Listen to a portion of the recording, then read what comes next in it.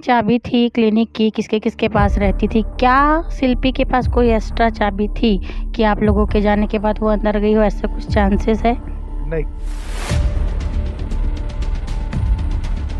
जब आप लोगों ने क्लिनिक को क्लोज़ किया, लॉक किया, तब आपको कहीं न कहीं उसकी मौजूदगी नहीं होने का एहसास नहीं हुआ कि एक बहन दिख रही है और एक नहीं दिख रही है? तो आपने उससे पूछा नहीं कि क्या शिल्पी चले? नमस्कार, स्वागत है आपका भारतीय मीडिया न्यूज़ में। आज भिलाई के सेक्टर 6 में एक मामला उठ के आ रहा है। एक नेत्र विशेषज्ञ डॉक्टर के क्लिनिक में एक 20 वर्ष की लड़की ने खुदकुशी कर ली है। यहाँ पे दो बहनें काम करती थी, जो एक बड़ी बहन 3 साल से काम करती थी और छोटी बहन शिल्पी ठाकुर वहाँ पिछले 2 महीने से कार्यरत थी। अचानक ऐसा क्या हुआ जो उसने डॉक्टर के क्लिनिक में सुसाइड कर लिया? सवालों के घेरे में है डॉक्टर वसंत वर्मा। क्या कारण है?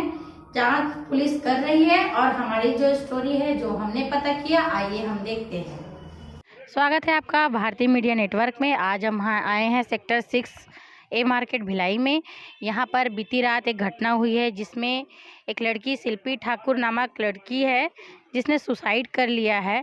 डॉक्टर वर्मा का ये क्लिनिक है, ये आई स्पेशलिस्ट है। यहाँ पे 11 बजे के बाद की घटना है कि जो छोटी बहन है उसको बड़ी बहन खोज रही थी। उसको ना मिलने पर डॉक्टर और छोटी बहन अपने अपने घर चल गए क्लिनिक को बंद करके। उसके बाद फिर बाद में जब डॉक्टर को पता चला कि वो अभी तक घर नहीं पहुंची है, उन लोगों ने वापस आया, यहाँ खोजबीन की, जानकारी जुटाई, पर लड़की नहीं मिलने के कारण, शिल्पी ठाकुर नहीं मिली। उन्होंने कॉल किया, लड़की का रिंग ऊपर के कमरे में मोबाइल की आवाज़ आ रही थी। जाके देखा तो शिल्पी ठाकुर वो फंदे से लटकी हुई मिली। इसके बारे में और जानकारी जुटाई जा रही है। पोस्टमार्टम के लिए रिपोर्ट गई हुई है। अभी तक पोस्टमार्टम की रिपोर्ट नहीं आई है। जानकारी मिलते ही आगे न्यूज़ अपडेट किया जाएगा। हम डॉक्टर वर्मा से बात करने की कोशिश करेंगे।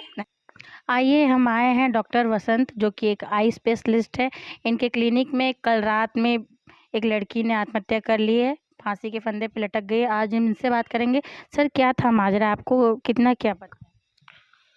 जिस लड़की ने आत्महत्या की वो मेरे यहाँ की एम्प्लॉई है और वो अभी उसने रिसेंटली करीब 1 सवा महीने पहले ही हमको ज्वाइन किया था। और वो हमारे यहाँ एक सीनियर एम्प्लॉई है, उनकी वो छोटी बहन है। और उन्होंने क्लिनिक बंद करने के समय अब वो उन्होंने ऐसा किया कि वो बाहर नहीं निकल पाई। और हम लोगों ने देखा और क्लिनिक बंद किया। उसके बाद जब घर पे उनके यहाँ से कॉल हुआ कि वो घर पे नहीं पहुंची, तो वापस जब आप लोगों ने क्लिनिक को क्लोज़ किया, लॉक किया, तब आपको कहीं न कहीं उसकी मौजूदगी नहीं होने का एहसास नहीं हुआ कि एक बहन दिख रही है और एक नहीं दिख रही है? तो आपने उससे पूछा नहीं कि क्या शिल्पी चली गई वहाँ से?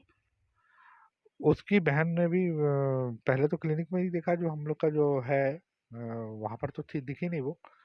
तो फिर उसको फ़ोन किया। फ़ोन उसने उठाया नहीं। फ़ोन उठाया नहीं तो उसको लगा कि ये या तो अपने फ्रेंड्स के साथ है, किसी के साथ, या फिर ये घर चली गई है, या रास्ते में होगी तो नहीं उठा रही है। तो जब वो घर पहुंची और उसने पाया कि उसकी बहन नहीं आई है, तो उन लोगों ने शायद आसपास ढूंढा। और फिर उनको डाउट हुआ कि ऐसा तो नहीं वो क्लिनिक में ही रह गई। तो उन्होंने फिर मुझे रात के कॉल किया है कि हम क्लिनिक खोलना चाहते हैं वापस, देखने के लिए कि कहीं शिल्पी तो नहीं है वहाँ। तो मैंने कहा ठीक है, आप खोलिए, मैं पहुँच रहा हूँ।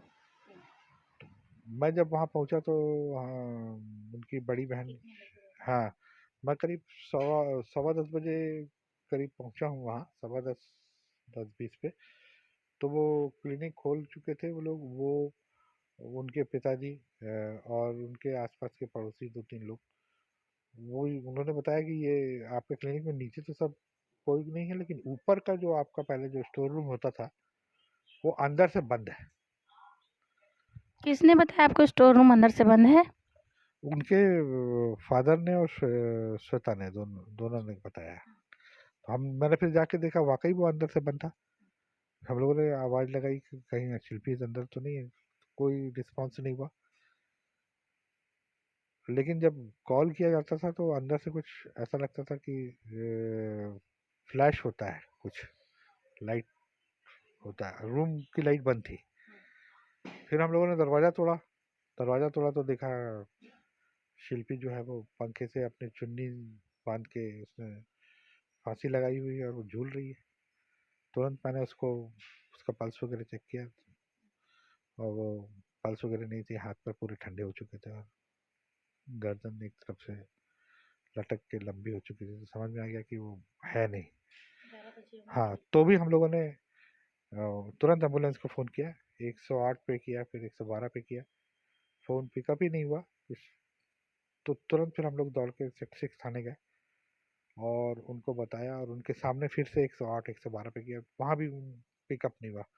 तो तुरंत फिर जो ड्यूटी पे ऑफिसर थे उन्होंने अपना मोबाइल यूनिट वहाँ भेजा और वो खुद भी मेरे साथ आए। उन्होंने ऊपर देखा और फिर उन्होंने देख लिया कि ये मृत है, तो उन्होंने पूरा सब लॉक किया और अपने सीनियर ऑफिसर्स को सबको सूचना दी। बाद में वहाँ फिर पुलिस की टीम ने पूरा परीक्षण किया और फिर बॉडी निकाल के मॉर्चरी को में शिफ्ट किया रात को ही। कितनी चाबी थी क्लिनिक की, किसके-किसके पास रहती थी? क्या शिल्पी के पास कोई एक्स्ट्रा चाबी थी कि आप लोगों के जाने के बाद वो अंदर गई हो, ऐसा कुछ चांसेस है? नहीं, क्लिनिक के पास शिल्पी के पास एक्स्ट्रा चाबी नहीं थी, एक्स्ट्रा चाबी एक ही होती थी जो हम किसी एक ही कंपाउंडर को देते हैं। ये हो सकता है अगर उसने उसकी और कॉपी बनवाई हो तो नहीं पता, लेकिन नहीं, मुझे नहीं लगता कि उसने कभी, क्योंकि मैंने और तो कोई दूसरी तीसरी चाबी सेट कभी देखा ही नहीं। और वो बाहर की चाबी कोई अगर रख भी ले आए तो अगर अंदर घुसता है तो बाहर का कैसे शटर लॉक करेगा? तो अगर बाहर से शटर खुल रहा है और फिर कोई अंदर पाया जा रहा है, इसका मतलब है कि शटर लॉक होने के पहले ही वो अंदर छूट गया है। पर सर पता कैसे नहीं चला कि एक लड़की वहाँ रह गई? आप लोगों ने या आपके असिस्टेंट या स्टाफ ने चेक किया तो कैसे नहीं मालूम पड़ा सर? ये ऐसा संभव है अगर कोई अपने को उस वक्त बाथरूम में बंद कर ले, तो बाथरूम तो हम लोग चेक नहीं करते हैं कि कोई है कि नहीं अंदर। और ऊपर का रूम बेसिकली स्टोर रूम है, यूजुअली वो बंद ही रहता है, बाहर से बंद रहता है, तो उसको हम लोग चेक नहीं करते हैं कि कभी उसमें ताला नहीं लगा रहता, जस्ट कुंडी लगी रहती है बाहर से, तो उसको हम लोग कभी चेक नहीं करते कि वहाँ कोई है क्या। और वहीं पर आज दिन भर पुताई उताई और सफाई वफाई का कार्यक्रम चला है। उस दिन पे उसका स्वभाव कैसा था सर? उस दिन शाम के उसकी किसी से फोन पे एक तरह से झगड़ा जैसा हो रहा था और वो एग्रेसिव होकर 2-3 बार उसने किसी से बात की है। वो 2-4 मिनट बात करती थी, फिर 5-10 मिनट बाद फिर 2-4 मिनट बात होती थी। इस तरह से 2-3 बार हुआ। अब मैंने पूछा नहीं क्योंकि तो it is the personal matter क्या है, और मुझे ये भी नहीं पता चला कि वो किससे बात कर रही है।